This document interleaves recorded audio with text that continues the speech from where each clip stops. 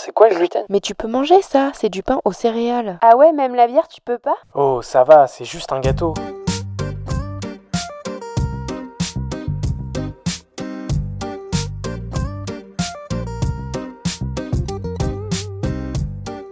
Bienvenue dans le Gloomy Club.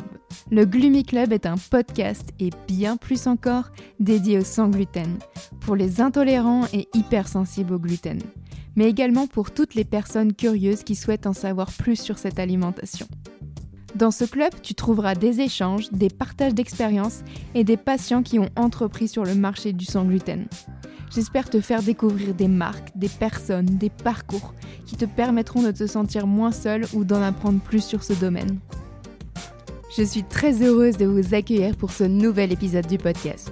Aujourd'hui, je vous emmène à la découverte de Mathilde Martin, que vous connaissez peut-être à travers son blog Ma vie de cœliaque. Mathilde apprend son diagnostic le 24 décembre à 17h, avant le repas de Noël. C'est pour elle une vraie délivrance après avoir passé des mois et des mois à souffrir. C'est d'ailleurs grâce à son professeur de biologie qu'elle a pu mettre un mot sur ses mots. Quelque temps après son diagnostic, elle lance son blog, Ma vie de cœliaque, où vous pouvez retrouver des recettes, mais également des articles de la vie quotidienne. Mathilde est également l'auteure de 2 livres, S'adapter sans gluten et 50 recettes alsaciennes sans gluten. Sur son compte, vous pouvez également trouver des parcours, tout savoir sur la maladie cœliaque, des astuces pour mon régime sans gluten, tout savoir sur les complications de la maladie cœliaque, découvrir des recettes sans gluten. Vous recevrez plusieurs emails vous permettant d'en savoir plus et de vous accompagner selon la thématique que vous avez choisie. Cet épisode est très particulier pour moi car lorsque j'étais en errance de diagnostic et que je me posais des questions sur ma pathologie, Mathilde a pris son temps pour répondre à mes questions. Je vous laisse à ma conversation avec Mathilde et vous souhaite une excellente écoute. Salut Mathilde. Salut. Enchantée. Enchantée. Je suis contente de pouvoir t'accueillir dans le podcast. C'est un épisode particulier pour moi parce que tu étais une des premières avec qui j'ai échangé sur le diagnostic grâce à ton compte Insta Ma vie de cœliaque. Donc je te laisse te présenter aux auditeurs. Je te remercie en tout cas pour ton invitation. Pour moi, je suis super contente de pouvoir participer. C'est aussi très touchant pour moi parce que c'est vrai que quand on avait échangé, j'avais été touchée par ton histoire, donc ça avait beaucoup résonné avec la mienne. Moi, c'est Mathilde, j'ai 31 ans, j'habite en Alsace et je suis cœliaque, mais j'ai plusieurs autres pathologies, hein. J'ai la maladie cœliaque, j'ai une encéphalomyélite myalgique, un syndrome parkinsonien et une fibromyalgie. Donc moi, j'ai pas mal de trucs. Mais la maladie cœliaque, c'est la toute première que j'ai eue. Et sinon, je suis prof de biologie et de géologie pour les lycéens, mais aussi dans le supérieur, j'enseigne à des étudiants jusqu'au Master 2 en bio. J'accompagne aussi les futurs profs. Et pour le plaisir, j'ai lancé mon blog sur la maladie cœliaque. Comment ça s'est passé le diagnostic pour toi? Ça remonte déjà à combien de temps? Tu vois, demain, ça va faire 8 ans tout pile. Donc j'ai eu mon diagnostic pour Noël, comme cadeau de Noël, un 24 décembre 2014. 24 décembre 2014. Ça passe vite, hein. Ouais, ça passe super vite. J'y ai pensé ce matin au réveil. Je me suis dit, ça fait 8 ans que j'ai plus mangé de gluten. Et c'est vrai que ça date un peu. Moi, le diagnostic, ça a été assez chaotique au début. Parce qu'en fait, c'était... à l'époque, on en parlait très, très peu encore. Le gluten, c'était pas quelque chose qu'on voyait dans les magazines. C'était pas quelque chose dont on parlait.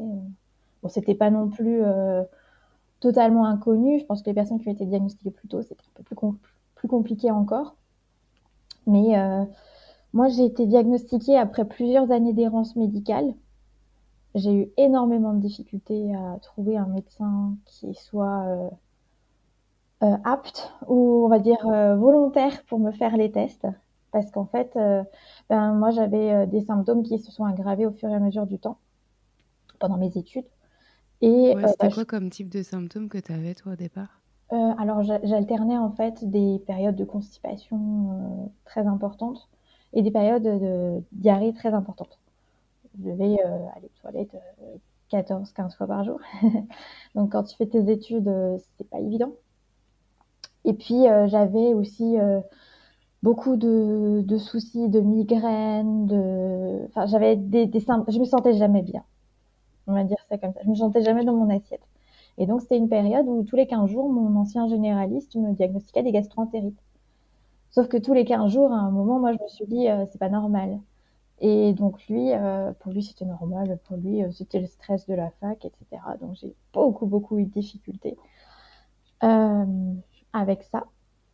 J'ai cherché d'autres médecins, mais c'était toujours pareil, c'était la fac. Et puis un jour, en cours d'immuno, quand j'étais en 3e année de licence, et ben en fait, notre prof, il a utilisé la maladie cœliaque comme exemple de maladie auto-immune. Ok. Et là, dans ma tête, ça a fait tilt. Et je me suis dit, c'est pas possible. C'est ça en fait que j'ai, et j'en étais sûre. Parce qu'il nous a expliqué vraiment tous les mécanismes et symptômes et tout. Et en fait, je suis pas rentrée chez moi, je suis directement allée à la bibliothèque, j'ai cherché dans les bouquins de médecine, dans les bouquins de bio, et je suis allée chercher plus loin. Et je me suis formée là-dessus. Et je suis allée chez mon généraliste qui m'a dit ah non, moi je fais pas les tests. Et du Ah ouais, coup, carrément. j'ai mis plusieurs mois. J'ai fait beaucoup de médecins pour essayer de trouver quelqu'un qui me prenne au sérieux, et c'était impossible de trouver. Et j'en ai pu en trouver un. Donc j'étais à Strasbourg à l'époque pour mes études, et je rentrais dans le Haut-Rhin pour les vacances scolaires chez mes parents. Et en fait, j'ai consulté le médecin de ma maman, voilà.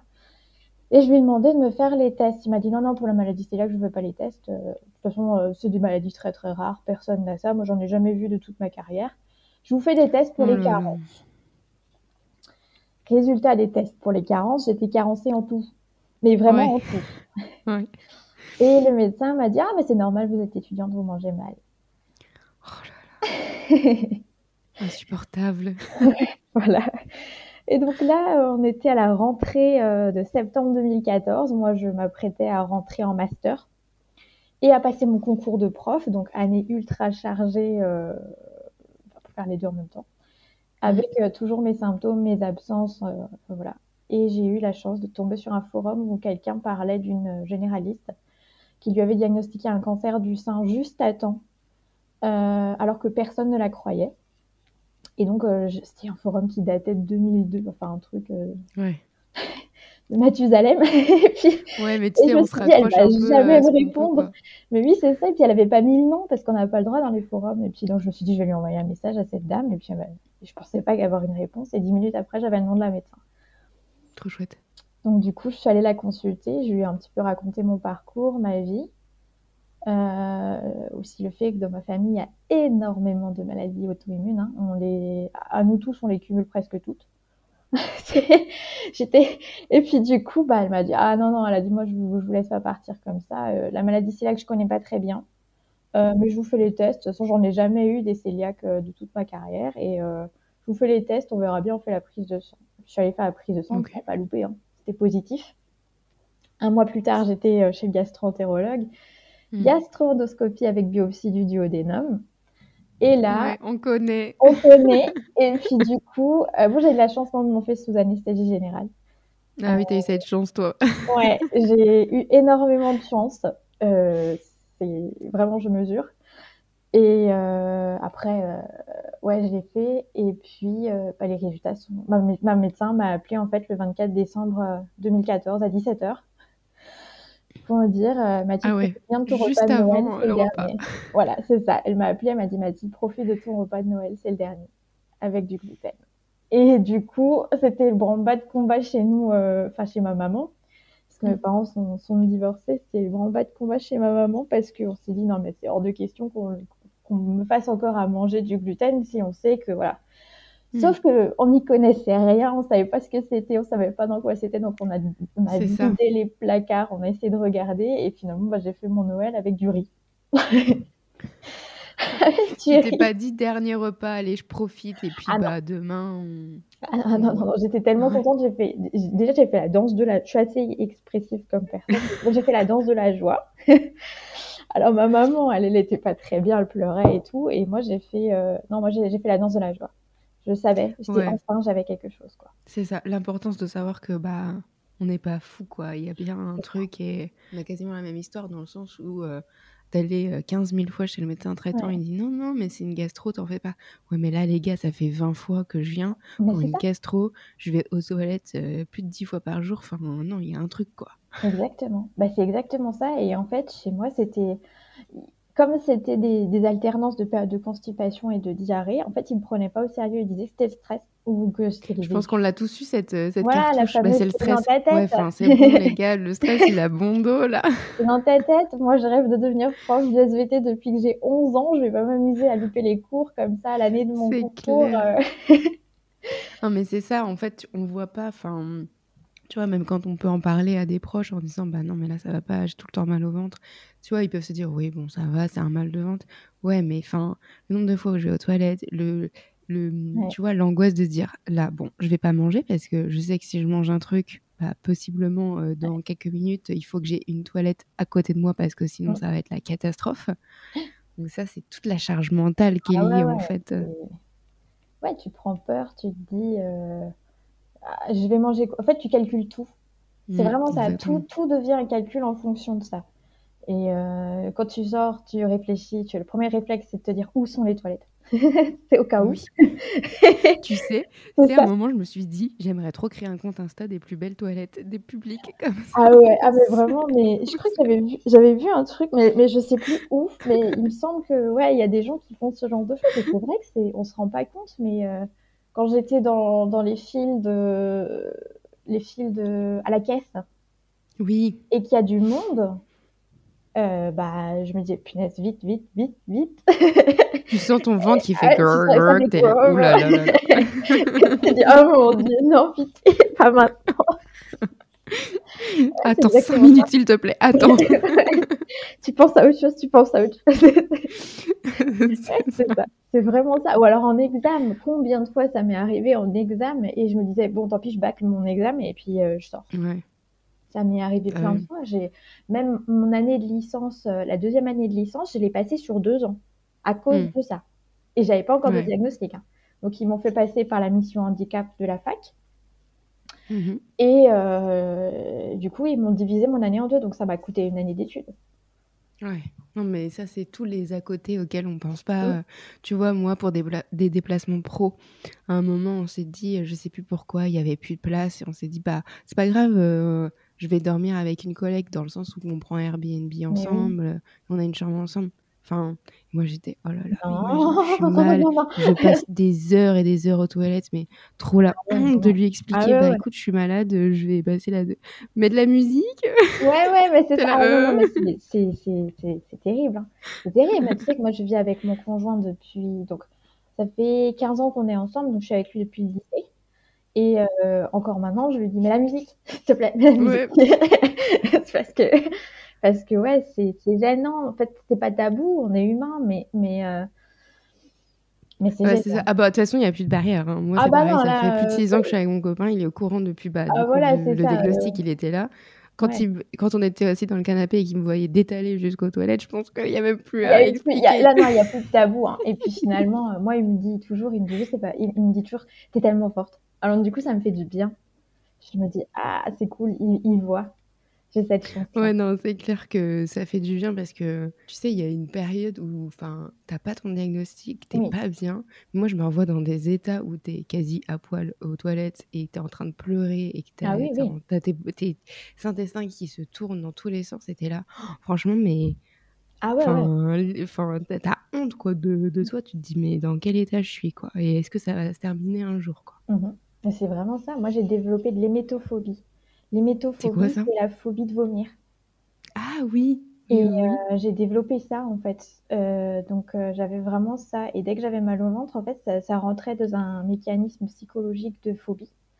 Et du coup, j'avais encore plus peur et donc en même temps que j'étais malade, je faisais des crises d'angoisse, de peur de vomir D'accord. et Ah oui, donc là, tu maintenant rentres dans un ça va mieux. cercle. Ah ouais, ouais, c'était complètement parti parce que dans ma tête, en fait, c'était une crise en fait, quand j'étais petite, on a failli m'enlever l'appendicite pendant une crise. Maintenant, on sait que c'était une crise, de maladie cœliaque, mais avant, on ne savait pas et en fait, ils ont failli me retirer l'appendicite et au dernier moment, j'étais avec l'anesthésiste, il m'a dit: «Non, non, mais ça, c'est pas l'appendicite» et finalement, ils ont dit que c'était une gastro. Et moi, ça m'a traumatisée parce que j'étais vraiment toute petite. Et, Bah ouais, et depuis, en fait, quand j'ai mal au ventre, pour moi, c'était l'appendicite dans ma tête. d'accord. Et donc, je faisais toujours l'association. Et avant que j'ai le diagnostic, bah, en fait, à chaque fois que j'avais une crise, je me disais, ça y est, c'est l'appendicite. Parce que je l'attends, en Ouais, fait. c'est ça. C'est ça exactement. Tu dis, bah, ils m'ont dit à un Est-ce qu'il y moment a qu'elle était différence? pas bien, donc forcément, à un moment, ça va se déclencher, quoi. Mais oui, c'est ça. Et puis du coup, ouais, je rentrais dans des mécanismes. Et alors ça, si tu l'expliques à tes médecins, c'est foutu parce que tout de suite, on va te dire c'est dans ta tête, c'est psychologique, etc. Ouais. Donc ça, moi, je le gardais pour moi et bah, ça n'aidait pas, quoi. C'est compliqué de trouver un pro de santé qui va vraiment comprendre tes symptômes. Enfin, il y en a beaucoup, hein, je dis pas le contraire. Ouais, ouais. Mais le premier pro que j'ai vu, il m'a dit vous êtes une personne stressée? Non. Ça veut dire quoi là? Je sais très bien ce que tu es en train de dire, donc non. Bah, j'ai une ponte, un gastro-entérologue, mais vraiment bien connu, je citerai pas le nom, mais bien connu, qui m'a fait passer un examen d'immuno pendant notre consultation. Il me faisait faire des tests en fait pour savoir ce que c'était qu'un lymphocyte T toxique. Il me disait parce que il a eu le malheur de me demander ce que je faisais dans la vie. Donc j'étais en fin de master de bio. Et en fait, il me faisait passer des questionnaires comme ça. Il me posait des questions. Il me posait pas du tout Mais de non. questions sur ma santé. Et à la fin, il m'a dit oh, c'est une toute petite maladie cœliaque. Vous pouvez reprendre le gluten, ça va passer. C'est OK. Insupportable. C'était le deuxième avis. Le deuxième avis que j'avais eu, une fois que j'avais eu le diagnostic la première fois. Maintenant, tu as un suivi gastro tous les ans? Enfin, comment ça se passe?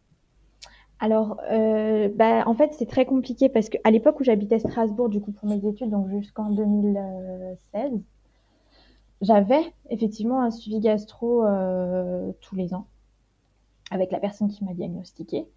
Et bah, depuis, j'ai déménagé dans le sud du Haut-Rhin où on est en plein désert médical. Ah Du ouais, coup, non, j'ai beaucoup plus de plus compliqué. suivi gastro parce que j'ai pas de gastro-entérologue en fait. C'est très très compliqué d'en avoir. C'est vraiment bah, ma généraliste actuelle. Il y a quelques semaines quand je suis allée la voir, elle galérait pour trouver un gastro-entérologue pour un patient d'où ils sont certains qu'il a un cancer. Ah ouais, Ouais. Donc chez d'accord. nous, c'est très très compliqué pour avoir des médecins. Alors on peut en trouver, hein, mais la plupart du temps, quand tu appelles, ils te disent que ils prennent plus de nouveaux patients. Hmm. Donc, vous Donc ils faites sont faire de passés en la route et priorité. partir au plus Voilà, c'est loin, quoi, ça. pour Donc, avoir un pro, quoi. et comme moi j'ai l'encéphalomyélite myalgique, j'ai pas la possibilité de prendre la route et de faire du chemin pour aller voir un médecin parce que ça me coûte trop cher au niveau de ma santé, en énergie, ça me provoque des malaises post-effort. Donc du coup, je suis sans gastro-entérologue pour le moment, mais je suis suivie par ma généraliste qui, elle, est bien calée là-dessus et Ouais. elle fait attention, on fait des prises de sang pour vérifier les anticorps et tout, tous les 6 mois. Donc, Mhm. tant que ça bouge pas, elle m'a dit c'est bon. Ok, bon, bah, on est bien parti alors. C'est plutôt pas mal, ouais. Et donc, toi, du coup, tu as créé ton blog Ma vie de cœliaque. Tu l'as créé après ton diagnostic? Oui, alors pas tout de suite. J'ai été diagnostiquée donc en décembre 2014 et j'ai créé le blog en juillet 2015. Donc 6 mois après, Ok. à peu près. En fait, entre-temps, j'ai passé mon concours et, euh, et en fait, bah, pendant cette période-là, c'était pour moi un peu un déni.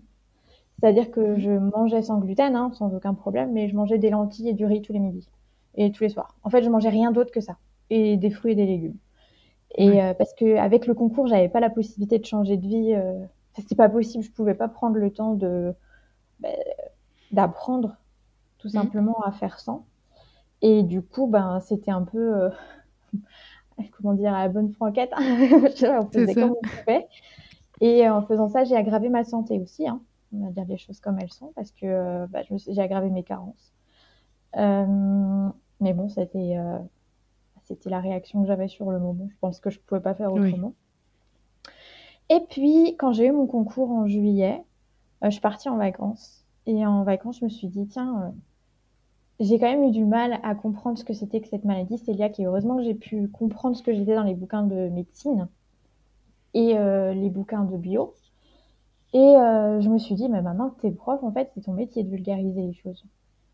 Et là, je me suis dit, ça, il faut que tu le fasses pour la maladie cœliaque. Si tu as la maladie cœliaque, elle doit servir à quelque chose, autant qu'elle serve voilà, à ma petite échelle. C'est clair Mhm. que je pensais pas que j'aurais entre 20 et 25 000 lecteurs tous les mois sur le blog. Clairement trop pas. chouette. Vraiment, je l'imaginais pas une seconde. Moi, dans ma tête, il y aurait peut-être 3 personnes qui allaient lire mon article et puis si j'en avais aidé qu'une sur les 3, bah, c'était bon, j'avais gagné, quoi. C'était vraiment ça c'était côté plus côté passion, en fait, hein. C'est ça. Et donc, je me suis mis un peu entre guillemets, cette petite mission de vie perso pour essayer de donner un sens à mon diagnostic, en fait. Et je me suis dit, moi, je fonctionne toujours avec les signes, en fait. Et je me suis dit, si le nom de domaine ma vie de cœliaque n'est pas pris, ça veut dire que je dois le faire. Et bah, il n'était pas pris. Du coup, je me suis dit, bon, je l'achète et puis on y va et puis on se lance. Sauf que j'y connaissais rien du tout, mais vraiment rien. Et donc, j'ai tout appris à créer mon site, j'ai tout fait toute seule, quoi. Mais C'est trop bien. en prenant du plaisir, quoi. Ouais, c'est le principal de toute façon. Voilà, c'est ça. Puis surtout sans pression. Exactement. Et du coup, qu'est-ce qu'on peut retrouver sur ton blog ? Alors, il y a plein de choses. Alors, il y a plein d'articles du coup, de vulgarisation scientifique qui expliquent la maladie cœliaque pour comprendre ce que c'est, comprendre ce qui se passe dans notre corps quand on est cœliaque, quand on mange du gluten. Et puis quand on n'est pas cœliaque aussi, hein, quand ça fonctionne bien, au niveau du système immunitaire. Il y a aussi des articles pour expliquer toute la phase avant le diagnostic et aussi la phase après. Tout ce qui est acceptation du diagnostic, etc. Il y a plein de conseils sur le régime sans gluten, sur la vie pratique, le remboursement, comment gérer par exemple à l'école le sans gluten avec les enfants, avec les PAI et tout.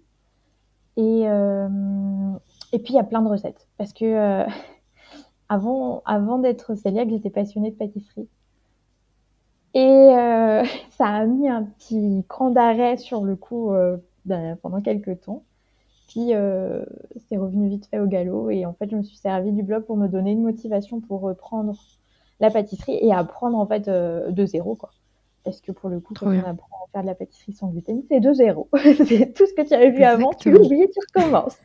Quand justement, toi, tu as eu ton diagnostic le 24 au soir, du coup, tu commences à regarder le gluten, mais tout ce qui est matériel, je dirais, de cuisine, ma maman, elle qui est ne doit pas partie, être contaminé, enfin tout ça, toi, tu ne le connais pas quand tu ne connais pas la pathologie. Bah, c'est ça. Moi, je l'avais lu dans les bouquins. J'avais cru comprendre que du coup, les traces étaient très dangereux pour un cœliaque dans mes bouquins. Et donc, le 24 au soir, ma maman, elle est encore partie à 17h au supermarché pour acheter une batterie de cuisine. Ah bah ça, c'est trop une maman C'est dire au le top du top. soutien de ma maman qui a été exceptionnelle et ma sœur aussi. Investie. Dans le diagnostic. C'est-à-dire que moi, je faisais ma danse de la joie et elle est partie tout de suite. C'était son premier réflexe, c'était d'aller chercher une batterie de cuisine pour moi le soir au supermarché. Sachant que chez nous, le 26 c'est férié en Alsace. D'accord. Et du coup, on a cette chance-là. Le 26 c'est férié. Bah, dis donc, moi, j'ai pas ça. Petit vestige de l'histoire. Et du coup, chez nous, c'était pas de repas pour moi le 26 non plus. Donc, c'est pour ça, elle est vraiment partie encore en urgence chercher des fruits, des légumes, enfin de quoi manger pour moi encore jusqu'au 26 complet.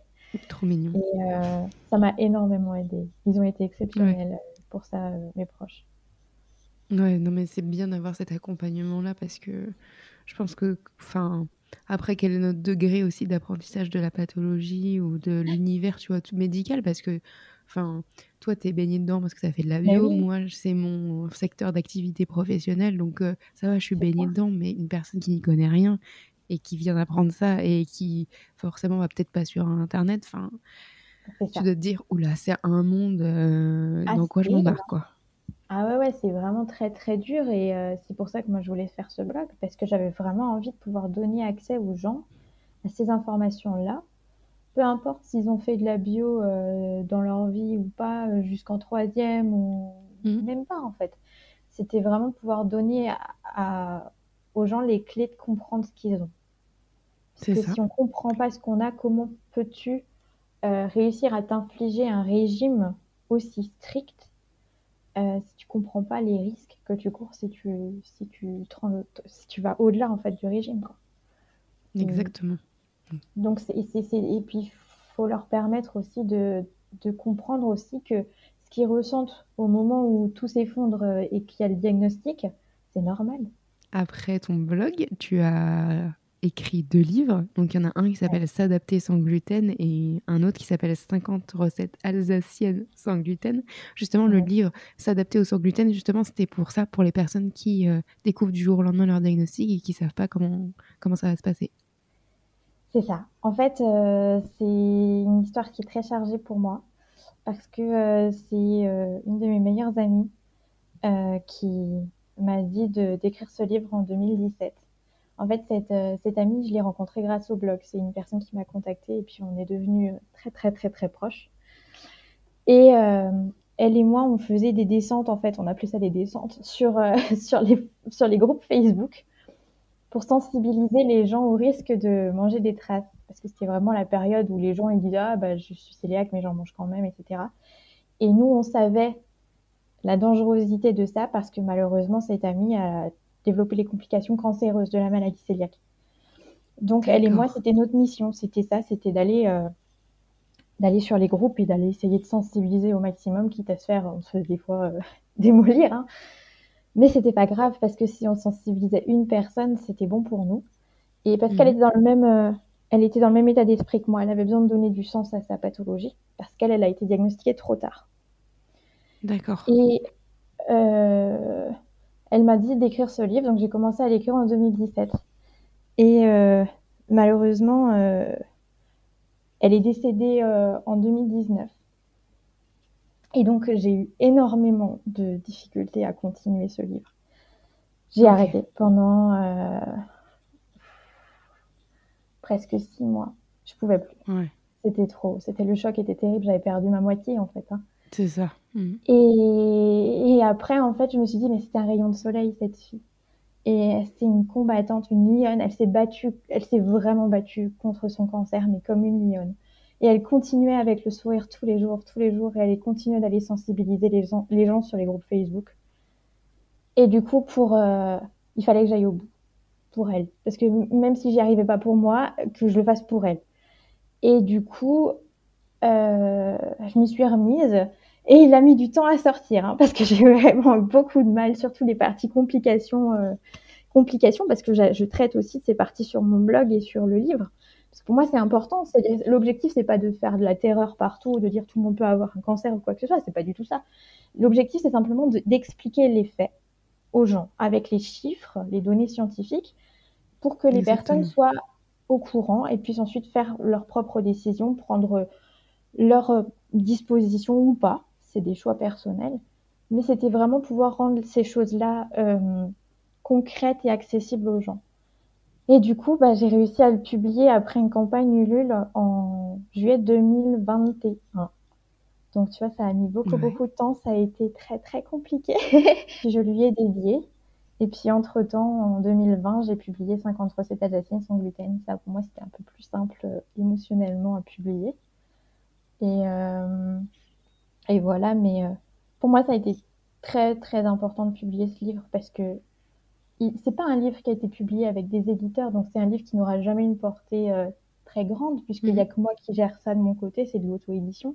C'est ce que je voulais parce que j'avais été contactée par des éditeurs qui, eux, voulaient que je modifie beaucoup de ce que j'avais prévu de mettre dans le livre. Ils voulaient en fait que je fasse un livre sur manger sans gluten et que j'élargisse en fait pour les gens qui veulent faire du sport, qui veulent être performants, etc. Et ça, moi, je voulais pas parce que je voulais pouvoir parler aux gens qui ont des pathologies liées au gluten, que ce soit la sensibilité au gluten non cœliaque, l'intolérance au gluten, donc la maladie cœliaque, et l'allergie au blé. Et donc, moi, je voulais vraiment cibler ces personnes-là et pour que, en fait, on puisse justement sortir du je mange du gluten par choix. Parce que c'est pas la même chose quand on mange sans gluten par choix que quand c'est imposé. Et donc, je me suis dit, je fais ça. Et puis, j'ai refusé, du coup, les éditeurs. Et donc, on y va un petit peu à ma petite échelle sur mon site. Et puis, mais c'est le principal, puisqu'il te ressemble, justement. C'est ce que tu souhaitais. Donc, c'est le principal, c'est j'ai ça. envie de te dire. Du coup, là, pour le coup, c'est vraiment ça a été fait par moi. Et puis, ça a été corrigé forcément par des diététiciennes et médecins. On peut se le procurer via ton site internet, c'est ça? Exactement, ouais. Sur le blog, tu peux te le procurer. Il y a une boutique spéciale sur le site. Et puis du coup, Trop je chouette. gère tout. C'est tout moi qui gère. Trop bien. Eh ben, écoute, on mettra le lien dans Ah, c'est le gentil, podcast. c'est gentil. Et donc, sur ton site internet aussi, j'ai vu que tu avais créé des parcours. Donc, tu en as un Oui, sur tout savoir sur la maladie cœliaque, tu as les astuces du régime et justement savoir les complications et les recettes. Je me suis inscrite. Donc, je reçois les petits mails au fur et à mesure. Et du coup, ça, justement, pareil, c'est quelque chose que tu as automatisé et que tu as créé toi-même de A à Z. oui, oui, oui. En fait, bah justement, comme c'est un peu une déformation pro, hein, au fur et à mesure que je construisais mes cours avec mes élèves, mais du coup pour les lycéens et les élèves du SUP, mais je me suis dit, mais tiens, en fait, ça, je pourrais le faire, mais enfin, je pourrais utiliser la même pédagogie pour le blog. Et donc, je me suis dit, on va faire un truc tout simple, on va faire un truc gratuit surtout, parce que pour que ce soit pour tout le monde. Et donc, j'ai organisé le blog selon ces 4 parcours pour que, en fait, les personnes qui arrivent sur le blog puissent choisir directement ce qu'elles cherchent. Plutôt que, parce qu'au bout d'un moment, il commençait à y avoir beaucoup d'articles et ça devenait un petit peu compliqué de trouver ce qu'on cherche. Donc, je me suis dit, j'organise un petit peu les choses.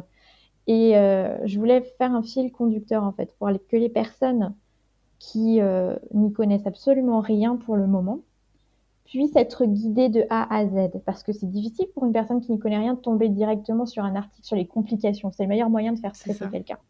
Donc, je voulais Exactement. vraiment que la personne, elle passe par les étapes progressivement pour pouvoir s'adapter et que ça évite au maximum les répercussions psychologiques aussi sur la personne, quoi. Et puis pour les cours de pâtisserie, euh, en fait, j'ai essayé de reprendre les étapes que moi j'ai apprises pour apprendre à pâtisser sans gluten. C'est Et ça. du coup, je me suis dit, on va partir du plus simple au plus compliqué. Et progressivement, en fait, je donne on travaille sur des thématiques bien spécifiques. Et ça permet en fait aux personnes de devenir un peu plus autonomes en fait dans leur pâtisserie sans gluten pour faire ce qu'ils veulent Mm. et pas seulement suivre les recettes qu'on trouve sur Internet, quoi. Ouais, c'est ça. Tu sais, c'est mon challenge des vacances. Moi, bon, avant le diagnostic, franchement, une quiche, hein. Je ne cuisinais pas du tout, je détestais ça. Maintenant, je commence à prendre plaisir et je commence tu vois, à comprendre, capter les trucs. Les choses deviennent de plus en plus bonnes. Ah, Donc, on est génial! sur un mieux. Et du coup, la prochaine étape, c'est la pâtisserie. Donc, je Ah, vais c'est faire les super. cours pendant les vacances. Ah, mais c'est trop bien. Mais si tu as des questions, t'hésites pas, hein. Je Avec grand t'enverrai mes plaisir. photos, tu sais, de la Ah ouais, première fois que je le ouais. teste jusqu'à la 4e fois pour dire ça s'améliore. Ah, mais c'est exceptionnel. Si tu savais les photos que je reçois, des fois, ça me fait vraiment plaisir. Parce que quand je vois des fois déjà, je retrouve mes anciens gâteaux. Alors, sur le blog, j'ai publié mes tout premiers gâteaux sans gluten. Pour Hmm. juste montrer aux gens que ça explose dans le four et que c'est normal. C'était vraiment ça. Donc, je les ai publiés pour qu'il n'y ait pas de honte ou quoi que ce soit. C'est Ouais, c'est normal ça. que ça explose. Non, mais Et en fait, c'est progressivement avec le temps, tu vas voir, tu vas y arriver. Et puis, d'ici quelques mois, ouais. qui sait, tu nous Non, mais feras faut que peut-être je te une raconte. pâte feuilletée. Ouais. Non, mais attends, faut que je te raconte une anecdote de la semaine dernière parce que c'est quand même très drôle. Je me suis dit, bon, allez, Lorraine, fais des gaufres sans gluten. T'as jamais fait de gaufres sans gluten. Donc, je commence à chercher sur les blogs plein de recettes et tout. Je fais, oh, celle-là, elle a l'air bonne et tout. J'y vais. Bon, déjà, l'histoire sur la pâte et tout. Je dis, oh là là, c'est bizarre. L'aspect est bizarre, mais bon, c'est pas grave. On y va, on continue, on continue. Et là, je sors l'appareil à gaufres. Et là, il fait exploser les plombs de mon appart. Oh mince. Et je me suis dit, bon, là, c'est le destin qui dit, Lorraine, La- arrête avec tes ouais. gaufres. Résultat, mon appareil gaufre était mort. J'ai voulu mettre la Oh pâte dans mince. des mini trucs, mini moules à cake. C'était dégueulasse. Je me suis dit, bon, c'est pas grave. On repart sur une autre recette. Il y a pas d'échec. Tu vas y On apprend. arriver. Ouais, tu vas y arriver, c'est clair. Et dans quelques semaines, tu vas voir, tu vas aller refaire tes gaufres avec un nouvel appareil et ça va bien se passer. Que j'aurais eu à Noël. Que tu auras eu à Noël, exactement. Et tu verras, tu vas te régaler, c'est sûr. Exactement. Donc, on y va doucement, mais sûrement, on va y arriver. Ouais, exactement. Oh, mais si tu savais, hein, moi, quand j'ai commencé, c'était une cata, hein. C'était vraiment... Ouais, mais de toute façon, tout le monde me l'a dit. Tout le monde dit, de toute façon, ne t'en fais pas. Il faut bien débuter quelque part. Et puis, au fur et à mesure, ça va bien se passer. Ah, mais c'est ça, ça fait partie des processus d'apprentissage, des échecs. C'est, tu échoues pas, Exactement. tu peux pas apprendre. Donc, il n'y a que comme C'est ça que vrai. t'apprends. Et justement, toi, donc ton livre sur les recettes alsaciennes, c'était un choix justement de faire les spécialités de ta région?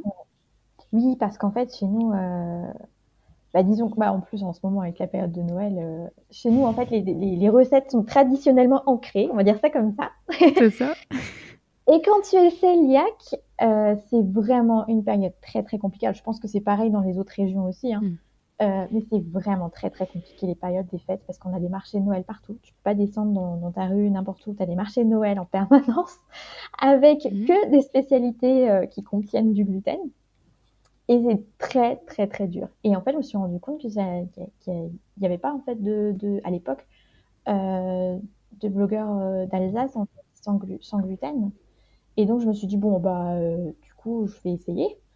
Alors, ça m'a demandé énormément d'essais, on va dire les choses comme elles sont. Arrivé, mais je me suis accrochée, parce qu'en fait, j'avais tellement envie de manger ces choses-là que, allez hop, on y va. Tant pis si j'échoue, si je recommence 10 fois, c'est pas grave.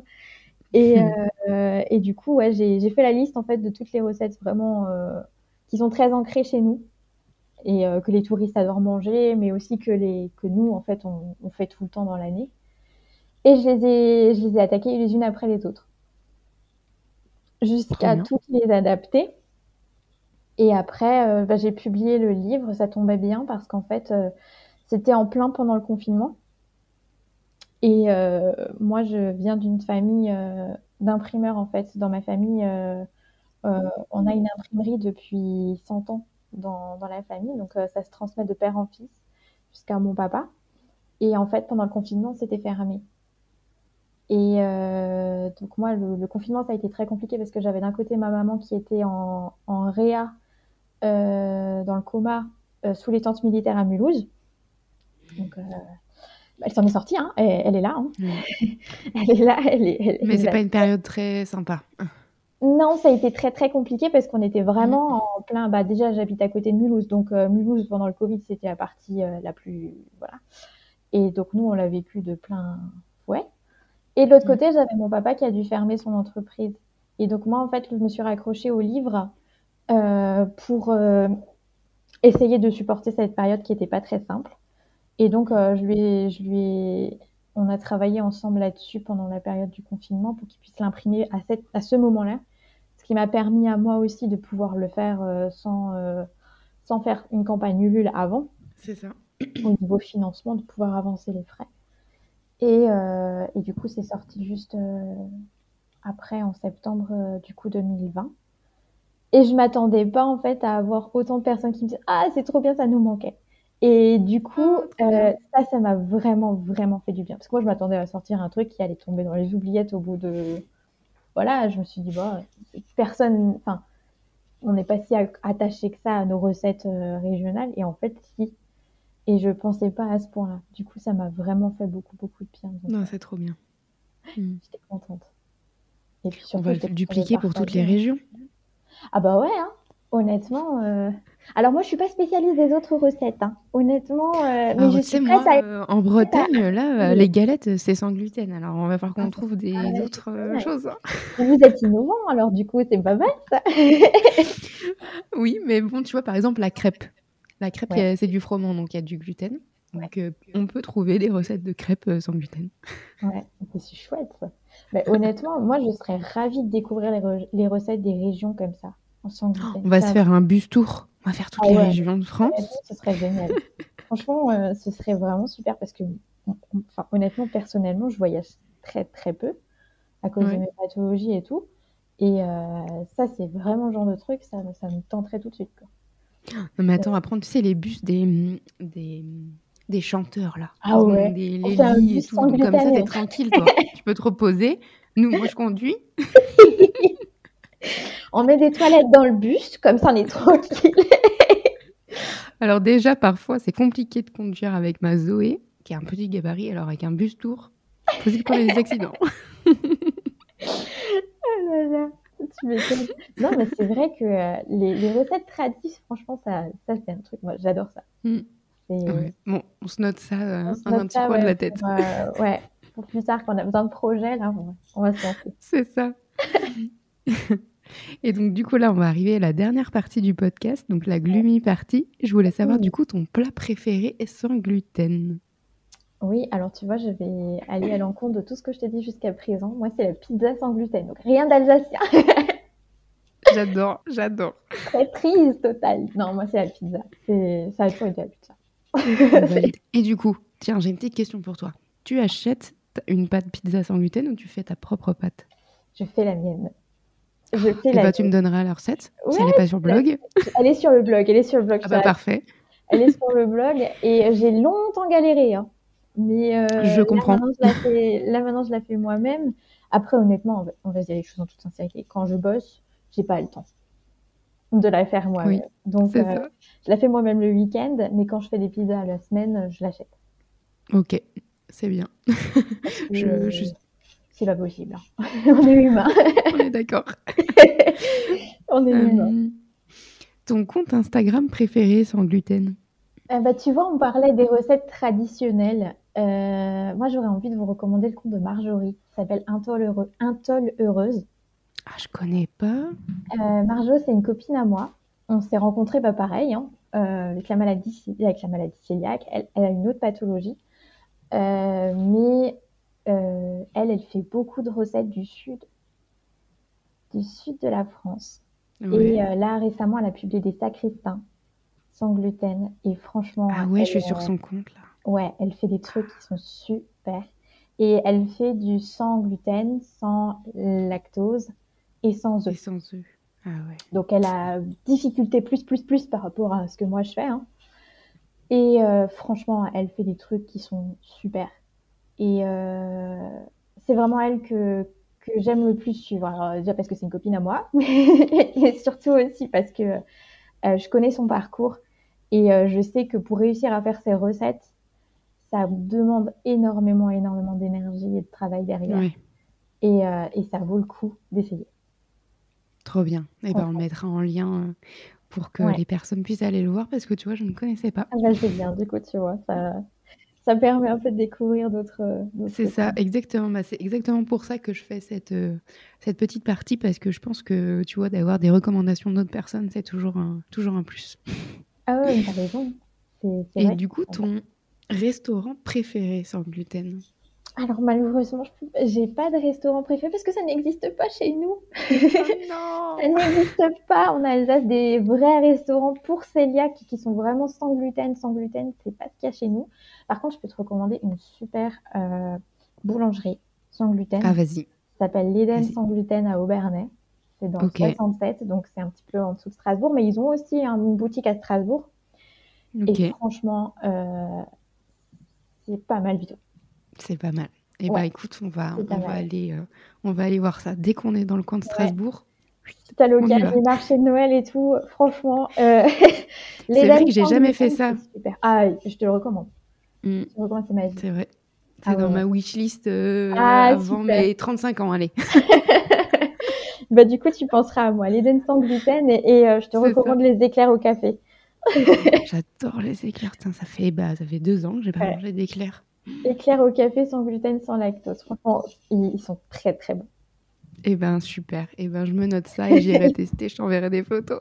Avec plaisir. Avec Super. grand Eh ben plaisir. merci beaucoup Mathilde pour ton Mais de temps. rien. C'est moi qui te remercie. Ça a été vraiment un plaisir pour moi d'échanger avec toi.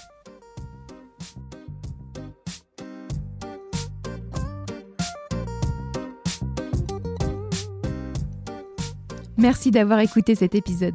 J'espère que vous avez passé un bon moment. Vous pouvez retrouver tous les liens sur le site gloomy-club.fr. Si vous avez des idées de sujets, n'hésitez pas à me suivre et à m'écrire sur Instagram. Abonnez-vous au Gloomy Club sur votre plateforme de podcast préférée. Afin de soutenir le podcast, laissez une note et un avis sur Apple Podcast. Cela permet de faire connaître le Gloomy Club. Je vous dis à la semaine prochaine pour un nouvel épisode. Bye! I'm on top of the food chain, watching you fall, watching you